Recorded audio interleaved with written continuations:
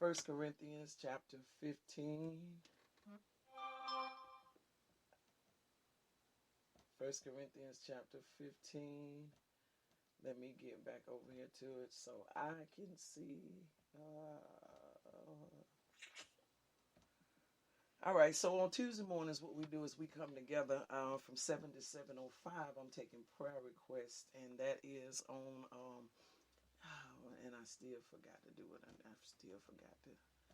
I take prayer requests from 7 to 7:05, which gives an opportunity for you to be able to express your prayer request if you have any. Then at 7:05, I'm going to transition over to a word in the Bible, and we're going to build from a focused thought that the Lord has given. So we have a focused thought this morning. It's going to come out of 1 Corinthians chapter 15. And I'm going to pick up verse 58. 1 Corinthians chapter 15 and verse 58. And this is what it reads. I'm going to do my best to make sure that I dissect this right here this morning to be an encouragement for us. 1 Corinthians chapter 15 and verse 58 says, "Therefore, my beloved brethren," he says, be ye steadfast, unmovable, always abounding in the work of the Lord, for as much as you know that your labor is not in vain in the Lord. So this is the thing about it right here. I want to talk to us this morning. I want to talk to us this morning, meaning myself and you all as well. I want to talk to us this morning about continuing on. That's what I want to talk to us about this morning, continuing on. I'm in a series now that I actually started. I did it a while back, but I brought it back to the table. And I started messing with it again in July. And I know for the month of August, I'm going to be very hard on it. So, and it's called Winning in Life. So if you is someone that you are in life and you keep feeling like, man, I'm so tired of feeling like I'm defeated in areas. I'm so tired of seeming like I just can't seem to get this stuff together. Then I'm going to need you to make sure that you tag along with me, because I'm going to be giving principles and doing some prolific teachings on winning in life, because I believe we should win in life. I don't believe that we should wait until we get in the sweet by and by. I don't believe that we should wait until we get to heaven before we actually win. You know, I believe that life is about winning. That's the reason why we are told to overcome. Jesus said, in this life, you will have tribulations, but be of good cheer, for I have overcome the world. You know, so this is about overcoming. In the book of Revelation, it says, to him that eateth of the tree of, him that overcometh, shall I give to eat of the tree of life. So overcoming means that you are winning in life. Life is not getting the best of you. It doesn't mean that you're not going to have challenges, because challenges are going to come. We are tested by things. We are brought to a place or a position of seeing what we're made out of. The testing and the purification comes out of the fiery darts and things that are sent our way. But we have to have a mentality of winning in life. We have to have a mentality that I'm not going to allow this. I love you, Lord. Let's go this morning. Well, I'm not going to allow this to get the best of me. I'm not going to allow this to stop me. I'm not going to blame people and continually live in the dungeon of what's done happened, what was, but I'm going to determine within myself that I am going to win in life. And so we see in 1 Corinthians 15 that Paul is talking to the church at Corinth, and he concludes of chapter 15 by the final verse in verse 58 by saying to them, look, man, this is what you got to do. You've got to be ye steadfast. You've got to be steadfast. So what is steadfast, Pastor Lee? What is steadfast? What does it mean to be steadfast? Well, it means to be unwavering and loyal. That's what it means to be steadfast, unwavering and loyal, which means that regardless of what comes, I'm going to stay solid as a rock. I'm going to stay built upon that which I have been established on, and I'm going to be loyal to it. Being loyal to it means that I'm not going to call somebody and talk about them in a negative way, which means I'm not going to harbor ill ill feelings and ill will against them. I'm not going to pretend like I want to see them win, but deep down inside, I really want to see them lose. I really got this thing, it's not unwavering in all means that which if something is unwavering, then that means that it has been stationed and something is now coming to try to move it, but it's not moving. Something is coming to move it, but it's refusing to move. It's not going to move. It's been stationed. You have to really look at the context of what it really means and what it's saying. It means that there has been time put into this that has caused this to be stationary. It's done been concreted down, or it's done been cemented, it's done been screwed into the wall, or what have you, but that doesn't mean that something is not going to come to try to move it. So Paul is saying to them, I've given you some things. There are some things that I have concreted, some things that I have cemented into you, into your mind, into talking to you.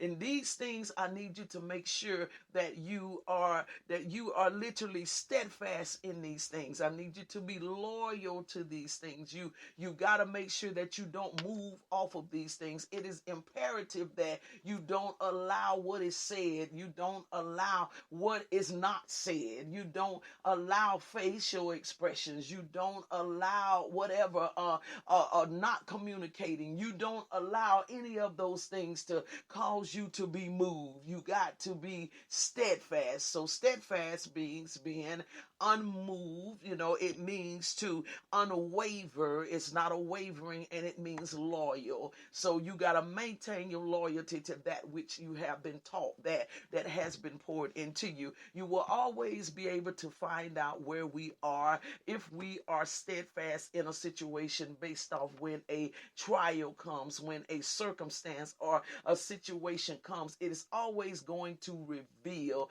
exactly where we are regarding a thing. So he says, be ye steadfast. Then he comes and says unmovable. What does it mean to be unmovable? Not be moved. That's all it means.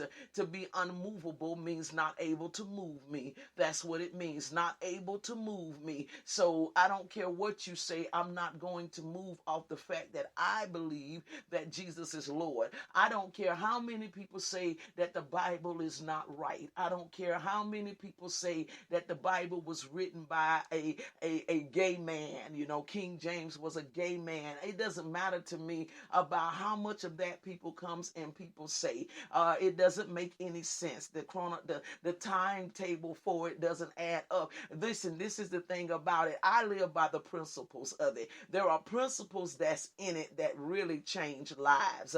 That's what I look for. I look for the principles. I'm not looking to try to find what's negative in it, because if you look to find negative in anything, you are going to be able to find it. If you look to try to find negative in my life, you're going to find it. I've just been confessing the past few days about the fact that I am a avid coffee drinker and shouldn't be doing it like that. You know what I'm saying? I have literally confessed before and said that I will literally say a couple cuss words if I get aggravated. So you don't have to look for it. I literally put it out there to say that this is what happens, that this is what goes on. So if you look for it, it's just like the old adage that says, if you look for trouble, you're going to find it. You're going to find it. So it means, so with being unmovable means I'm not able to be moved. So regardless of what you hear, if the principle says that if you give, then it shall be given unto you, then don't you allow anything to move you off of that principle that you know.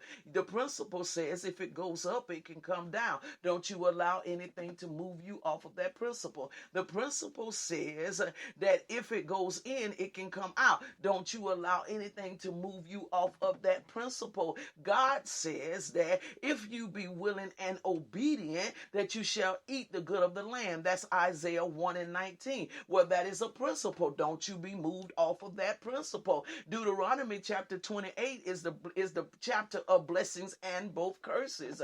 So it tells, if you do this, then this is going to happen. If you do not do this, then this is going to happen. It is a book of principles. And so then don't be moved off of the principles that you know. Keep yourself consecrated and set in the principles that you know. So he says here, be ye steadfast, which means to be loyal. Remember, it means it means unwavering and loyal. Then he says, and be unmovable, which means not able to move me.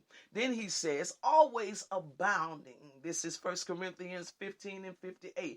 Always abounding. What does the word abound mean? Abound means to providing a plentiful supply of. Abounding. It says providing a plentiful supply of. So what that means is I am able to give out of that I have. I got a supply. Yeah, I got a supply. I got enough. I don't just have enough for me, but I got enough to give. It's like when they said in the book of Acts, he says, such as I have, give I thee. Silver and gold have I none, but such as I have, give I thee. I got a supply of something. What do you have, Pastor Lee? I got the power of the Holy Ghost.